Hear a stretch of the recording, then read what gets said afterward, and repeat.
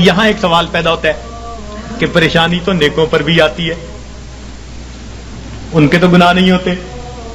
جی ہاں، پریشانی گناہگاروں پر بھی آتی ہے، پریشانی نیکوں پر بھی آتی ہے، مگر دونوں کے اندر فرق ہوتا ہے. اس فرق کو سمجھنے کی ضرورت ہے، اس فرق کو سمجھنے کی ضرورت ہے. نیکوں پر اللہ تعالیٰ اس لیے پریشانیوں کو بھیجتے ہیں کہ ان کو بعض وہ درجات دینا چاہتے ہیں جو اپنی محنت سے وہ حاصل نہ کر سکے. اب پریشانیوں کو بھیج دیا تاکہ اس پریشانی کو وجہ بنا کر اللہ تعالیٰ ان کو قرب کے درجات عطا فرما دے. تو اللہ والوں پر اس لیے پریشانی آتی ہیں ان کو اپنے رب کے قریب کرنے کے. اس لیے حضرت مجدد ثانی رحمۃ اللہ نے فرمایا کہ سالک کی قبض کی کیفیت میں جتنی ترقی ہوتی ہے صاحب کی حالت میں اتنی ترقی نہیں ہوا کرتی.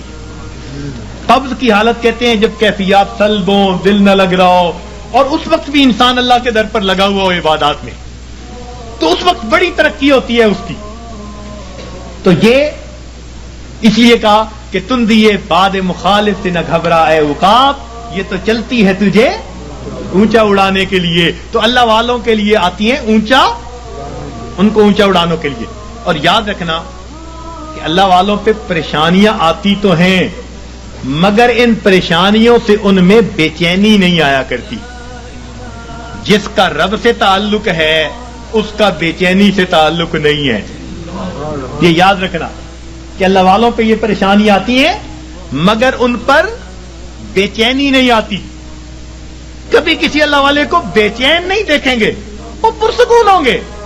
پریشانیاں ہیں، خوف ہے، مصیبتیں ہیں، بیماریاں ہیں، مگر طبیعت پرسکون ہوگی.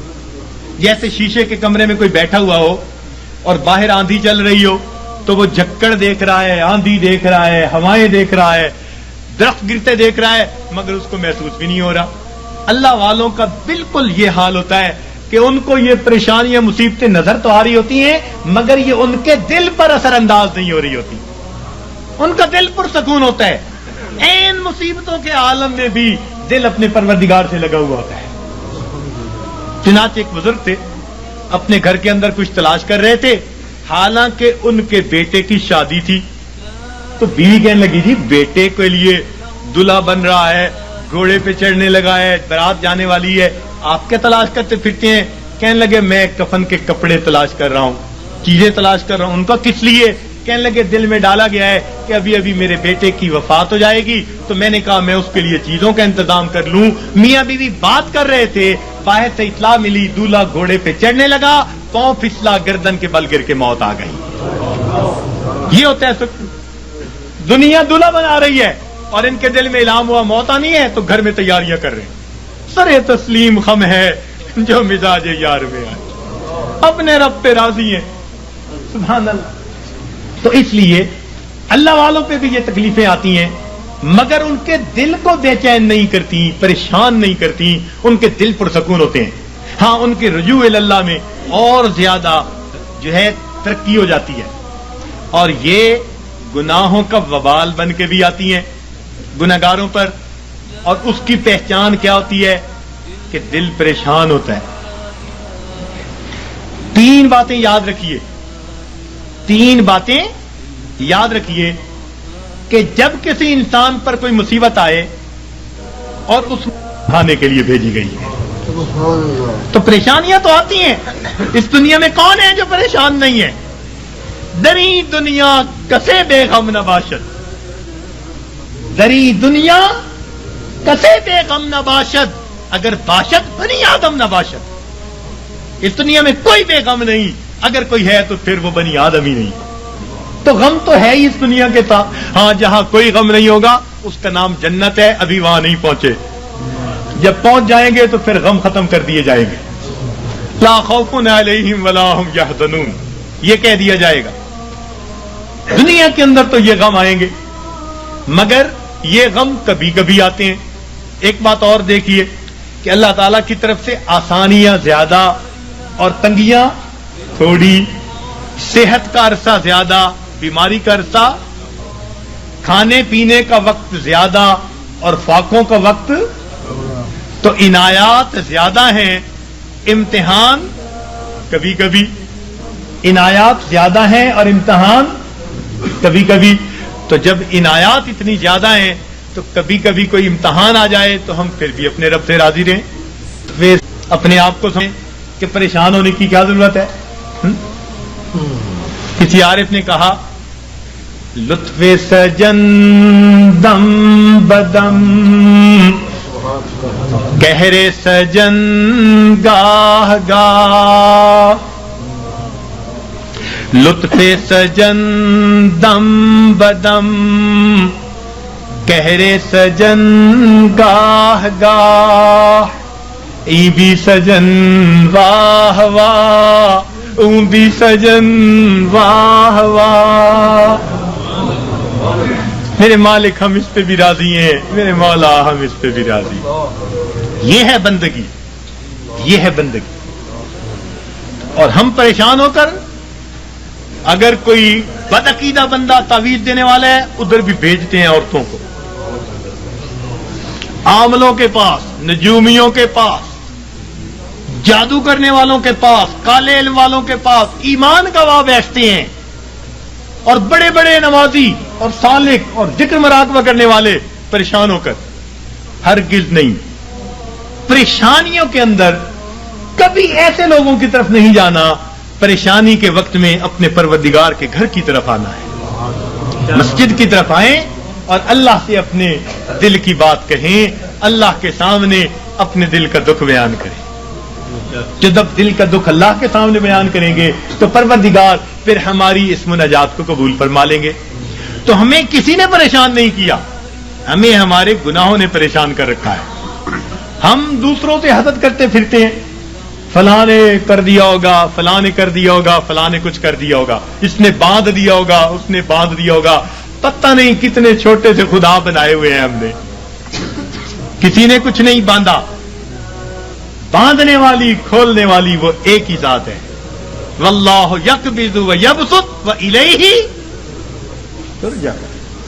تو ہم اس ذات کی طرف رجوع کریں اور ہماری پریشانیاں اللہ تعالیٰ پھر اس طرح ختم کر دیں گے.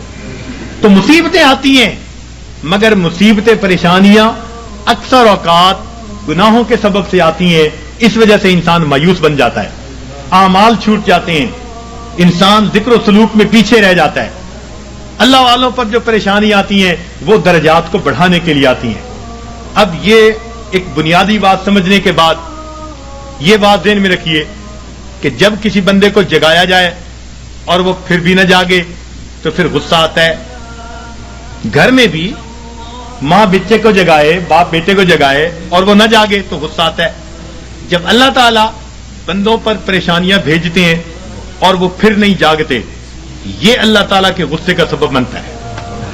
اور پھر اللہ تعالیٰ اس کو دنیا کے اندر عبرت بناتے ہیں. فرماتے ہیں اولا یرون انہم یفتنون فی کل عام مرۃ او مرتین ثم لا یتوبون ولا هم یذکرون. کیا یہ نہیں دیکھتے ہر سال میں ایک دفعہ یا دو دفعہ ان پر مصیبتیں بھیجی جاتی ہیں، پھر بھی توبہ نہیں کرتے، پھر بھی نصیحت نہیں حاصل کرتے. تو جب انسان جگانے کے باوجود نہیں جاگتا تو پھر اللہ تعالیٰ اپنے عذاب کا کوڑا بھیجتے ہیں. جب انسان گناہوں میں گھر جاتا ہے پھر اللہ تعالیٰ اس پر ہاتھ ڈالتے ہیں، پھر اس کو جہنم کی آگ میں بھیجتے ہیں. اس لیے فرمایا بلا من کسب سیئۃ، کیوں نہیں جس نے گناہ کیا، وَأَحَاطَتْ بِهِ خَطِیئَتُهُ، اور اس کی گناہوں نے اس کا احاطہ کر لیا، فَأُولَٰئِکَ أَصْحَابُ النَّارِ هُمْ فِیہَا خَالِدُونَ. یہ ہیں آگ میں بھیجے جانے والے، ڈالے جانے والے، جو ہمیشہ ہمیشہ وہاں رہیں گے کہ گناہوں نے اس کا احاطہ کر لیا. تو کبھی کبھی گناہ بندے کو گھیر لیتے ہیں. جھوٹ کی زندگی، جھوٹ کی زندگی. اب غلط تعلق ہے کہیں، بندے بندے کے سامنے جھوٹ بول رہا ہے، پردے ڈالتا پھر رہا ہے، اس کے سامنے جھوٹ، اس کے سامنے جھوٹ، اس کے سامنے جھوٹ. حدیث پاک کا مفہوم کہ بندہ جھوٹ بولتے بولتے اتنا جھوٹ بولتا ہے اللہ تعالیٰ فرشتوں کے ذریعے نام اعمال میں کذاب لکھوا دیتے ہیں، جھوٹوں کے دفتر میں نام لکھا جاتا. چھپاتے پھرتے ہیں بندوں سے، پروردگار سے تھوڑا چھپا سکیں گے ان باتوں کو؟ تو کبھی کبھی انسان اپنی بری عادات کو نہیں چھوڑتا اور گناہوں کے اندر گھر جاتا ہے ان کو چھپانے کی خاطر، اور یہی چیز اس کے لیے مصیبت بن جاتی ہے۔ پھر ذکر میں ترقی کیسی، سلوک میں آگے بڑھنا کیسا؟ اب کبھی کبھی اوراد وظائف کر رہے ہیں، ساتھ کبیرہ کبھی مرتکب ہو رہے ہیں۔ یہ تو ایسا ہی ہوا جیسے گولیاں بھی کھا رہے ہیں اور ساتھ ساتھ زکام کے ہوتے ہوئے برف والا پانی بھی پیتے پھر رہے ہیں، تو زکام کیسے دور ہوگا؟ اسی لیے ذکر و سلوک میں آنے کے لیے پہلا قدم یہ ہے کہ انسان اپنے گناہوں سے سچی توبہ کر لے۔